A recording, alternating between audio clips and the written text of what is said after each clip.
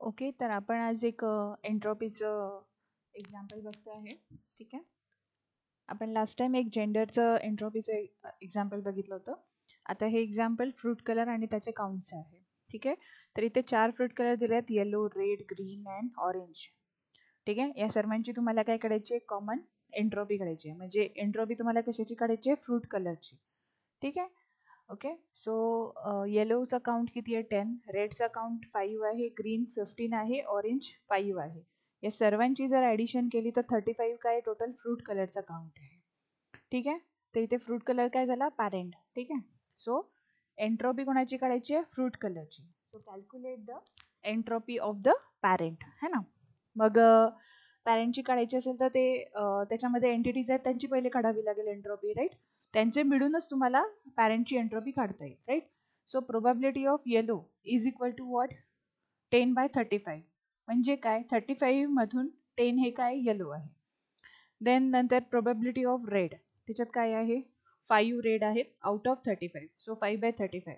Then probability of green काय आहे? 15/35. 15 green आहेत आउट ऑफ 35.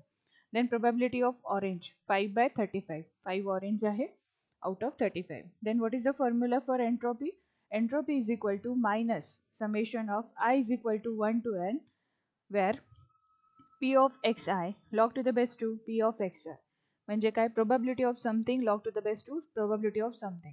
आता हे समथिंग काय आहे? ते colours. Probability of yellow plus probability of red plus probability of green plus probability of orange. ठीक आहे. सो हे जे कलर्स आहेत त्यांच्या सर्वांची जर तुम्ही प्रोबॅबिलिटी काढली तर तुमची प्रोबॅबिलिटी एंट्रोपी काढली तर तुम्हाला ओव्हरऑल पॅरेंटची एंट्रोपी मिळेल, फ्रूट कलर. ठीक आहे.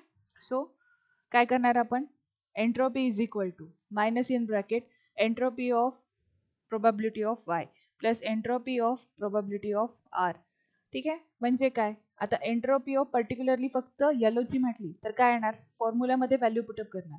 म्हणजे काय? 10/35. 10/35 लॉग टू द बेस 2 10/35. हे झाली फक्त येलोची. Then red is 5/35. 5/35 log to the base 2 5/35.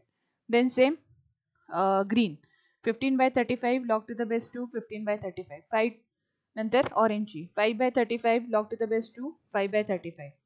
ठीक आहे. हे आपण लिहून घेतलंय. Minus sign is must. ठीक आहे. फॉर्म्युल्यामध्येच मायनस साईन दिलंय, याला तुम्ही विसरायचं नाही. ठीक आहे. मायनस कॉमन घेतलेला आहे. अशा प्रकारे तुम्ही इथे व्हॅल्यू पुटअप केल्या. देन तुम्हाला काहीतरी व्हॅल्यू मिळते, राईट. की ही व्हॅल्यू तुम्ही कॅल्सीमध्ये पुटअप केली तर तुम्हाला काहीतरी व्हॅल्यू मिळते, right. 10/35 log to the base 2 10/35. हे जर तुम्ही कॅल्सीमध्ये पुट केलं तर -0.51. देन सेम या सर्वांचं तुम्ही कॅल्क्युलेशन केलं तर तुम्हाला काहीतरी व्हॅल्यू भेटत आहे. ठीक आहे. तर ते entropy is equal to minus common या सर्वांचं ॲडिशन करून तुम्हाला काय मिळाली आहे व्हॅल्यू? -1.83. आणि minus minus gate plus. So entropy of fruit colour is 1.83. ठीक आहे. कसं काढलं कळालं? तुम्हाला फक्त एंट्रोपीचा फॉर्म्युला हा लक्षात ठेवायचा आहे. ठीक आहे. जर तुम्ही तो फॉर्म्युला लक्षात ठेवला तर बाकीचं तुम्हाला इझिली सॉल्व्ह करता येईल. ठीक आहे.